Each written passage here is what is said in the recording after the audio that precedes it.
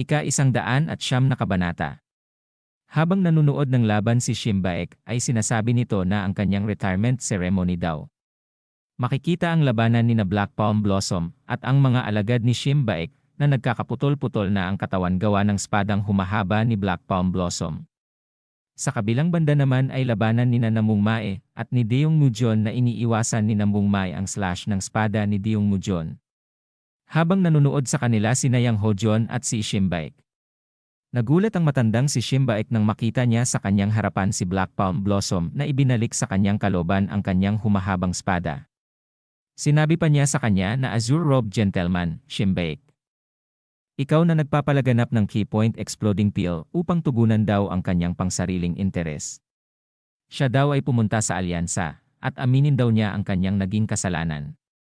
Lumiwanag ang mga mata ni Black Palm Blossom na dagdag pa niya na kung gagawin daw niya yon, ay hindi daw niya kukunin ang buhay niya, ito na daw ang huling pagkakataon niya. Pinatigas ang mga kamay ng matandang si Shimbaek na winika niya na aminin daw ang kanyang kasalanan, mukha mo. Naglabas ng enerhiya sa kanyang pinatigas na kamay na sinabi pa niya na siya daw ang kanyang paparusahan ngayon.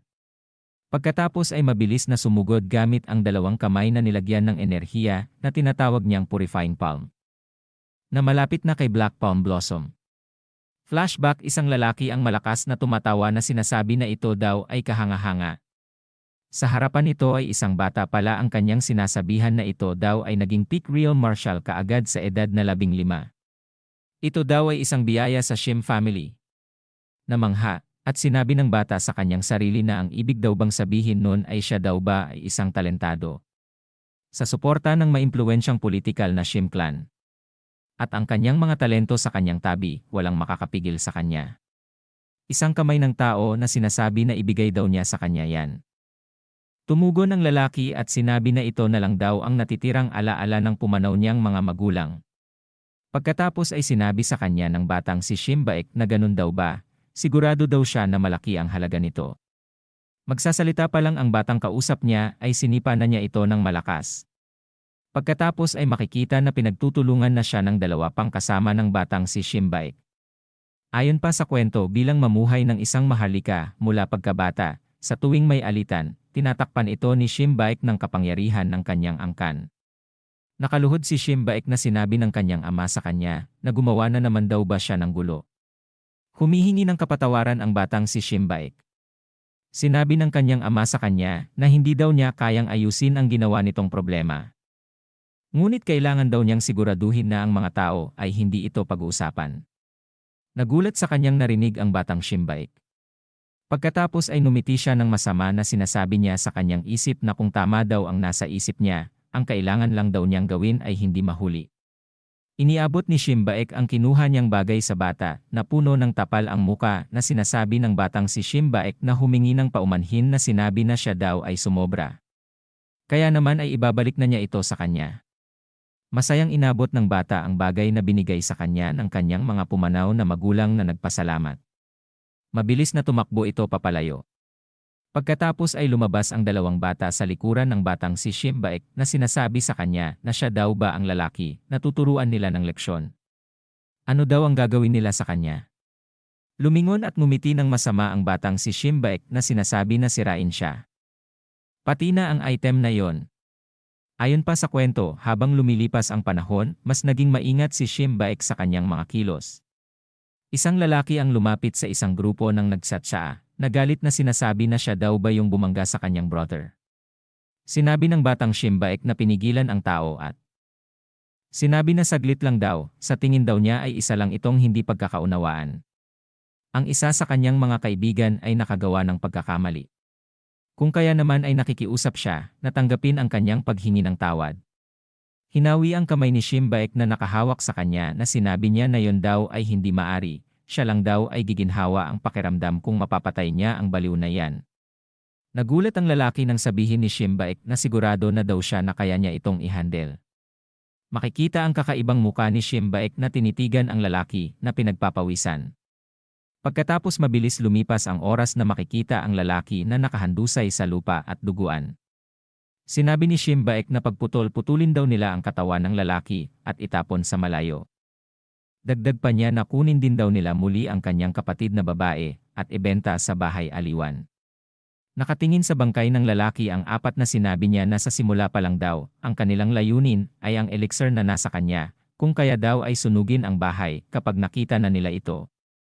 Ayon muli sa kwento na ganyan tinipon ni Shimbaek ang lahat ng uri ng elixir, at patuloy na lumaki ang isang matuwid na martial master ng Orthodox faction, habang gumagawa ng mabubuting bagay sa labas at masasamang gawa sa likod ng mga eksena. Pagkatapos ay makikita si Shimbaek at isang matanda na sinasabi sa kanya na kung hindi dahil daw sa kanya, ay namatay na sila. Ayon muli sa kwento na si Shimbaek sa lalong madaling panahon ay naging isang haligi ng Orthodox faction. Isang huwaran para sa lahat, at nang makuha niya ang paggalang ng lahat, ang kanyang impluwensya ay lalong lumaki. At diyan na po nagtatapos ang flashback. Balik sa kasalukuyan. Nahihirapan sa tamaan ng kanilang enerhiya si Shimbaek na sinasabi sa kanyang isip na paano daw ang kanyang inner ki ay mas malakas kaysa sa kanya, kahit na daw lahat ng uri ng elixir ay nainom na niya mula pa pagkabata. Dagdag pa niya na sinabi sa kanyang isip na paano daw ito naging posible. Sigurado naman daw siya na ito ay hindi si Guimyondok. Siya daw ba ay kasing lakas niya? At biglang naitapon siya ng enerhiya ni Black Palm Blossom na ikinatalsik ni Shimbaek sa malayo. Tinulungan kaagad ng dalawang alagad niya ito na sinasabi sa kanya na kung okay lang daw ba siya. Nakapikit ang isang mata na naiisip niya na isang maskarang multo na may kasuotan na itim na damit, hindi lang daw kay Guimyondok ang ghost mask na may itim na damit na multo. Naiisip pa niya na ang sinasagisag daw nito ang Liga ng Black Flower League, ang maalamat na assassin ng Association ng Orthodox faction. Pagkatapos ay tinanong ni Shimbaek ito na kung siya daw ba ay isa sa miyembro ng Black Flower League. Tumugon na sinagot ni Black Palm Blossom na paano daw kung ganun nga. Ang mga tao sa likuran ni Shimbaek ay sinasabi na hindi daw ba ang Black Flower League na maalamat na asosasyon na ang lahat ng mga miyembro ay nasa unrestrained real martial master. Sinabi pa nila na ngunit ang pagkakarinig daw niya ang lahat ng miyembro nito ay namatay sa Great Orthodox Demonic War. Mabilis na lumingon si Shimbaek na sinabi niya sa kanyang isip na ito daw ay masama, ang mga tao daw ay nagre-react dito. Pagkatapos ay sumigaw na sinabi ni Shimbaek na huwag daw silang paloloko. Dagdag pa niya na sigurado daw siya na siya ay nagmula sa demonic cult. Makikita si Black Blossom na sinabi ni Shimbaek na kung talaga daw siya ay nasa unrestrained real martial master, bakit daw siya ay inatake niya. Pagkatapos ay hinagis ang mga key point exploding pill sa mga taong nasa likuran niya. Sinalo ng mga tao ang key point exploding pill na nagtataka kung ano daw ito. Pasigaw na sinabi ni Shimbaek na kainin daw nila ngayon ito. Para daw matalo nila ang masamang tao. Tinitigan ng isang tao ang binigay ni Shimbaek na sinasabi niya sa kanyang sarili na ito daw pala ang sikat na pill. Lumipat ang eksena kay Deong Mujon na umatak ng slash at isang guhit ng enerhiya ang lumabas sa kanyang espada. Iniwasan na tumalon sa ere ni Nambung Mae at Yang Hojon ang ataking iyon na sumabog pagkatapos tumama sa lupa.